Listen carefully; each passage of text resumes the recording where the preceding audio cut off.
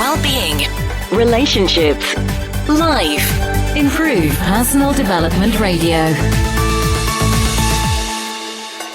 If you're stood there saying, I can't do that, you've just literally given yourself a direct suggestion to be unable to do something, and to imply, even if you do try and do it now, it's going to be harder than perhaps it was going to be. Hello, I'm Steve Randall. My guest today will help you sleep better and focus on whatever it is you need to focus on. He's a hypnotist, or perhaps we should say hypnotherapist, or Dan Jones, how would you describe yourself? I often describe myself nowadays as an autistic hypnotic YouTuber, because I seem to spend a lot of time on YouTube.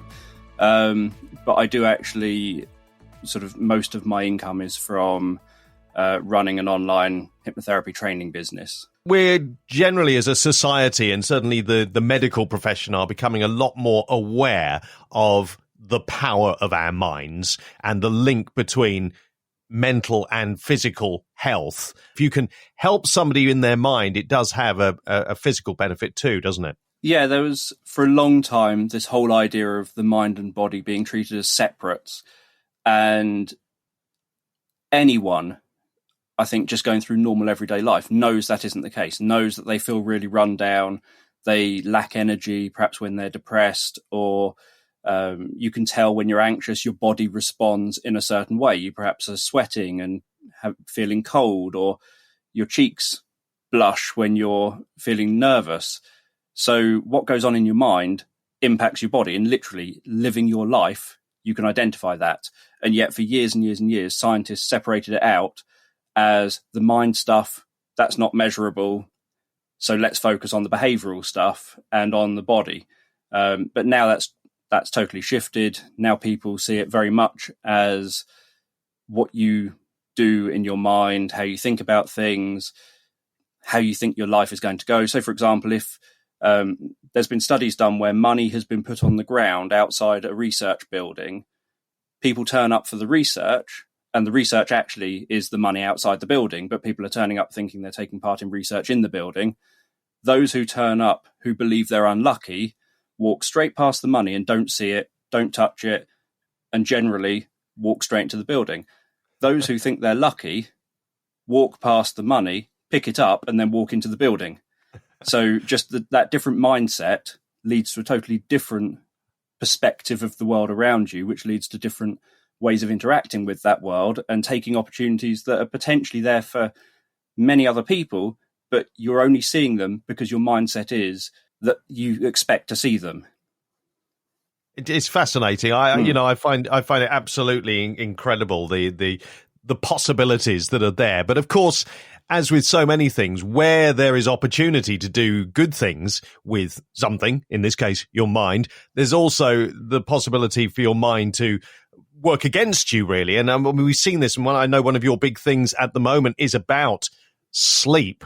And we've heard a lot of stories during the last few months during the pandemic of people having disturbed sleep, because it's a stressful time. They're anxious. They're worried about the break from their daily routines. They're worried about their health. They're worried about their jobs. They're worried about their future.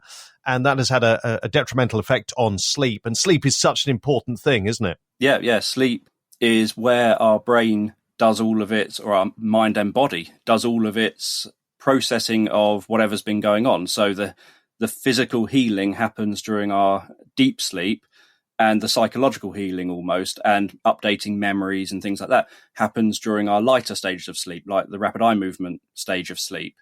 So without good quality sleep, you end up deteriorating from a physical health perspective, but you also end up deteriorating from a mental health perspective. So your memory gets worse, you find it harder to concentrate, your mindset can shift, so you start noticing more negative things and worrying more because of the fact that you can't seem to hold your focus on anything. And we've all obviously experienced that, where you've had a bad night or something, and so you just can't seem to focus enough, and then that feeds into your I can't focus, and so you start telling yourself negative stuff, and then that obviously becomes your next almost self, as a hypnotist would see it, your next self-suggestions for how to respond. So if you're stood there saying, I can't do that, you've just literally given yourself a direct suggestion to be unable to do something, and to imply even if you do try and do it now, it's going to be harder than perhaps it was going to be. So, yeah, sleep's incredibly important, and it costs the UK economy, before the pandemic, it was costing over £40 billion to the economy from people struggling with sleep. Wow. And in a survey that was done, I think it was 75% of people said they had sleep problems, and 77% of people said that struggling with sleep is impacting on their ability to function effectively during the day. So it is a huge thing. The sleep itself, hopefully that blissful 8 hours is wonderful and does a lot of things. But I think we sometimes forget you almost need to prepare. You need to be in the right state to get that good sleep. Yeah, when I started out 20 odd years ago working in children's homes, and we would do something that we would call putting the house to sleep. So at like 6 p.m. ish, you would start drawing the curtains, you'd turn the big lights off, you'd turn little lamps on, you would turn the volume of the TV down. We as staff would start acting in a calmer, more relaxed way, and we would do everything to start implying the idea of relaxation and calming down from like 6 p.m. for the kids to go to bed at, say, 9 p.m. And that was incredibly important. I went from working in children's homes to supporting parents and families. And doing that, one of the biggest issues in relation to sleep was that, it was commonly the mum was at home with the kids all day, the dad was out at work. The dad would come in and would be incredibly excitable with their kids on arrival home. And then obviously the children feed off of all that energy. So now they're incredibly excitable, and you're then trying to get them to sleep from an excitable sort of physiological perspective, which isn't helpful. So it is very important to have some kind of a sleep routine, not using your devices, especially with screens, in the run up to bedtime, not drinking coffee near bed, all the things that everyone has told people dozens of times before that we all know, but we all often ignore, and we go on our phones because we can't sleep. But then the blue light, especially on a mobile phone, triggers our brain to say, oh, it's time to start waking up now. And so then that doesn't help us sleep. But then you've got the actual process of sleep where you need to physically relax your body.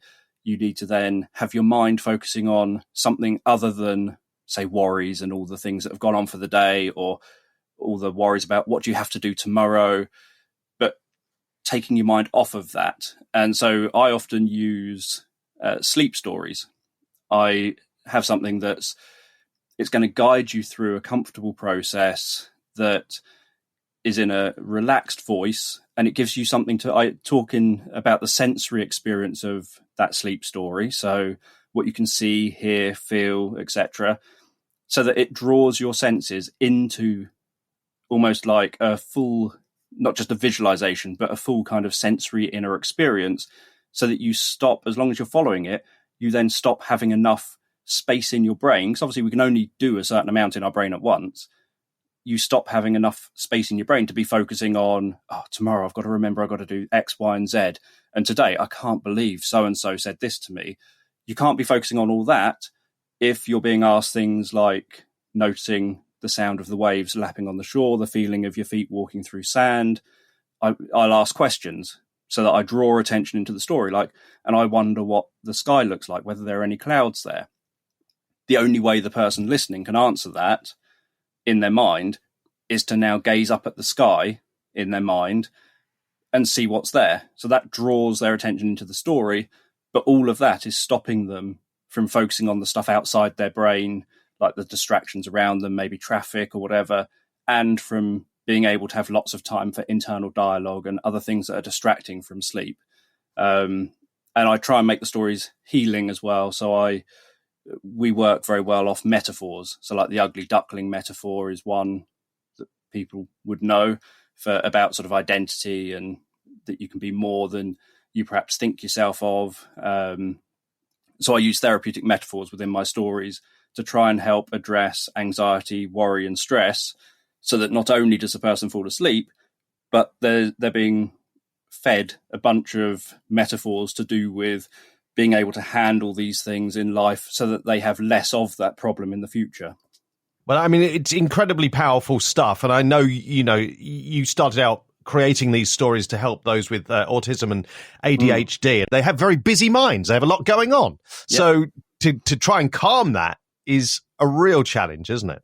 And being autistic, that's one of my big problems. I am not a warrior, but my brain doesn't shut off. I'll go to bed and I'll be thinking, I wonder if gravity works like this. I wonder if there's a way of figuring that out there like that. And I wonder if this invention could work here. And I wonder if that would, and then I want to get up and do all these things and try and work through them. And I'll write loads of notes everywhere of all my different ideas of how I think things work in the universe. And so I'm not worrying, but I'm doing the same kind of thing as someone who does worry. So although most of the people who listen to all my stuff do so because they are warriors and they are struggling with stress or pain that they can't take their mind off of, because pain's very good at directing your attention, I do exactly the same kind of thing, but mine is totally focused on knowledge-based stuff. It's constantly focused on, I've got an idea for this and I've got an idea for that, and what if I do this and what if I do that and what about this, and it just never stops. And so I have to use my own sleep stories to shut my own head off so that I give myself something to focus on. And that's as a sort of 42-year-old man. I'm so pleased that we are learning more about how different minds work, because, you know, not everybody is the same. And there are all of these challenges that are out there, and the way you deal with it, you know, years ago, people just didn't understand it or didn't even try to understand it. And now, of course, they are more. One thing I want to throw into the mix, because I have, probably 20 years ago, somebody tried to hypnotize me, and I'm not 100% certain that I was hypnotized or that I wasn't. But here's something I've only just found out literally in the last 2 weeks, that I have something that only 1 in 50 people have, and that's the inability to see things in my mind's eye. I think it's called Aphantasia or something. Mm-hmm. Yep. So if somebody says to me, can you visualize this? No, I can't. And I didn't realize that wasn't the same for everybody. I thought that nobody could see pictures in their minds, but apparently most of you can. So can I still be hypnotized? Can I still use visualizations? Yep. I almost never can visualize something. I've had glimmers of, it's difficult to explain. I've had glimmers of being able to visualize things throughout my life, just like very rare. I don't know why I've suddenly been able to visualize something, but very rare I've managed that. So I also almost never can visualize anything. And I've never seen that as a problem, because your brain, even if you can't consciously be aware that you're visualizing something, if I say to you, what color is your front door? Yeah, if absolutely. you genuinely can't visualize something, there is no way you'd be able to tell me what color your front door is, because there's got to be a representation of that somewhere in your memory. And so you've got an idea of these things. So I've always done it. I often talk about having a sense of things rather than necessarily expecting the person to really visualize something or auditorily hear something in their mind, in their sort of mind's eye is the wrong term, but in their sort of mind in some way. I just talk about having a sense of things, because that's how I think of it, is that I just have a sense that the sand is soft if I'm on a beach. And I'm talking about soft sand. I have a sense that there are clouds in the sky floating past. I know what these are all like in real life. I could tell you what the experience of seeing clouds go past, what the experience of seeing the dappled rays of light shining through woodland onto the floor below is like. So even though I may not necessarily be able to visualize those things while I'm kind of having, say, myself or whoever guiding me through it, I understand it and I know it, and I can be absorbed in that idea, just like being absorbed in the idea of, say, an old holiday. If I said to you to think about a holiday that you had that you really loved, that was incredibly relaxing or something, you would be able to tell me what that was like. And you'd be able to, if I wired you up with stuff, you would probably physiologically show that you're becoming more relaxed by focusing on that nice, relaxing holiday. But if I said to you, did you see that in your mind? You would probably say, well, no, I just know what it is. I know how that holiday went. I know what I enjoyed about it. I know what the experience was. So, and hypnosis is something entirely different. The common way of doing it is, obviously, people talk about imaginative stuff, but you don't need to do that. I hypnotize people by using touch, by breathing. I've breathed the same as people to hypnotize them. Hypnosis is just about focusing someone's attention and increasing their responsiveness. So because their attention becomes focused on one idea, they become more responsive to whatever that is. So it's a bit like the Simon Says thing. People become so responsive to one thing because that pattern's repeating, that when you then just say stand up, the person stands up because they've now reached that point where they're following along instinctively. And that's all you're doing with hypnosis.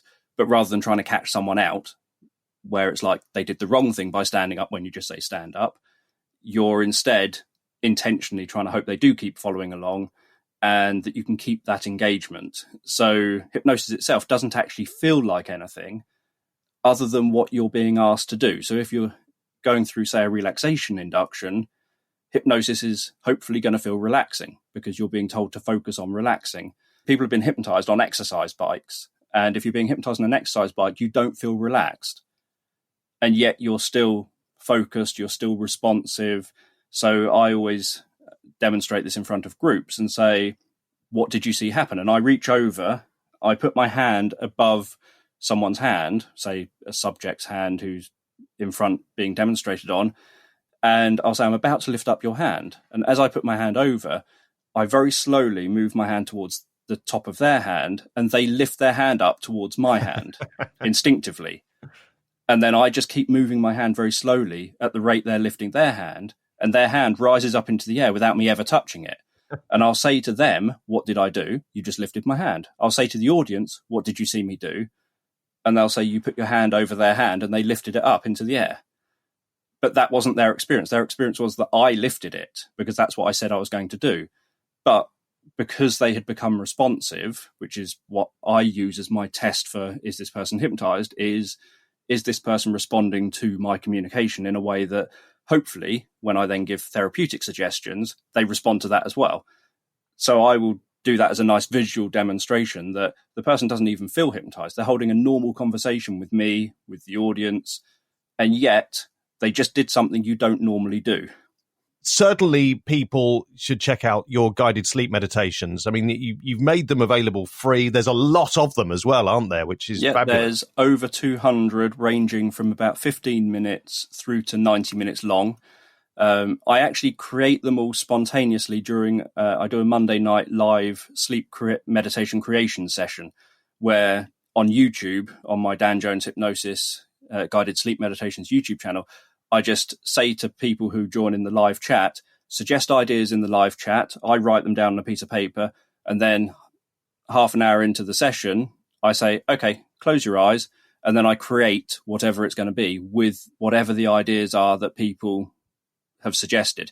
So it's tailored to what my viewers want. So nearly all of them are done like that. They're done literally. You hear me create it live on air right there in front of you, rather than me going away, thinking about a story and creating it. And people sort of say, well, how on earth can you do that? But my argument is that's exactly what therapists do. Therapists sit down with a client. They don't know they haven't got like a pre-planned way of dealing with this client. They ask the client what the problem is. They get metaphors from the client, like the client might talk about their partner being a pain in the neck. So there's a metaphor you can use. They might say, I just feel like my life is stuck in a rut. So there's another metaphor you can use. They might say, I wish I could just gain perspective on this. So there's another metaphor you use. And then you get to okay, just take a moment to close your eyes. And then you might talk about them sort of soothing their neck or soothing, say, the trunk of a tree or something. You might talk about, say, someone driving along a road and then they get their car stuck in a hole in the road, and then they have to get that car out the road and they have to figure out that problem, which is obviously the metaphor you want the client to be doing. And then they get that car out the road and then they head to the mountains. They trek up the mountains and they turn around and look at how far they've come. So they've gained perspective. So you just instinctively turn it all into a story, into some kind of therapeutic process for that person. And therapists literally do that every day in their therapy. So when people say to me, I don't know how you can take like 30 suggestions from random strangers and instantly just recite some kind of story back, but that's what you do in therapy. So yeah, it's quite easy. And storytelling, as we know, is such a powerful way. I mean, from my point of view as a content creator, it's all about stories. That is a way that we're kind of hardwired to take in information. And certainly the sort of marketing people have realized in recent years that, that's the way to do it. You tell stories and people they'll just suck them up because that's what we do. We love a story. It's thought that one of the oldest forms of hypnosis is someone just saying around a campfire or something, once upon a time, because that instantly draws your attention in and makes you think, there's a story happening. What's once upon a time what? And that kind of thing where people would have sat around campfires, nearly all knowledge, pre-writing and stuff, would have been through stories. All of the ancient, Greek stories, like the Odyssey, the Iliad, things like that, they're all things that are full of tons of educational stuff about living life. And the easiest way to be able to remember all that is in a story. It's much easier to remember a story than it is to remember a bunch of facts just coldly told to you. Dan, remind us where we can find out more about you and where we can find your sleep stories. You can find all of my 200 plus sleep stories on YouTube. Dan Jones Hypnosis Guided Sleep Meditations YouTube channel. I also have danjoneshypnosis.com as a website, and all of my sleep stuff is available on streaming and download services like Spotify, iTunes, Apple Music, Amazon Music, all the usual kind of places. So I try and get my stuff out everywhere, so if someone's got subscriptions to things, that they can listen to it for free there. My thanks to Dan Jones. You can find all of those links in the show notes. And thank you for listening. Join me again next time on Improve. Improve Personal Development Radio is produced by Communication Generation. The producers rely on the expertise of participants, and independent advice should always be sought.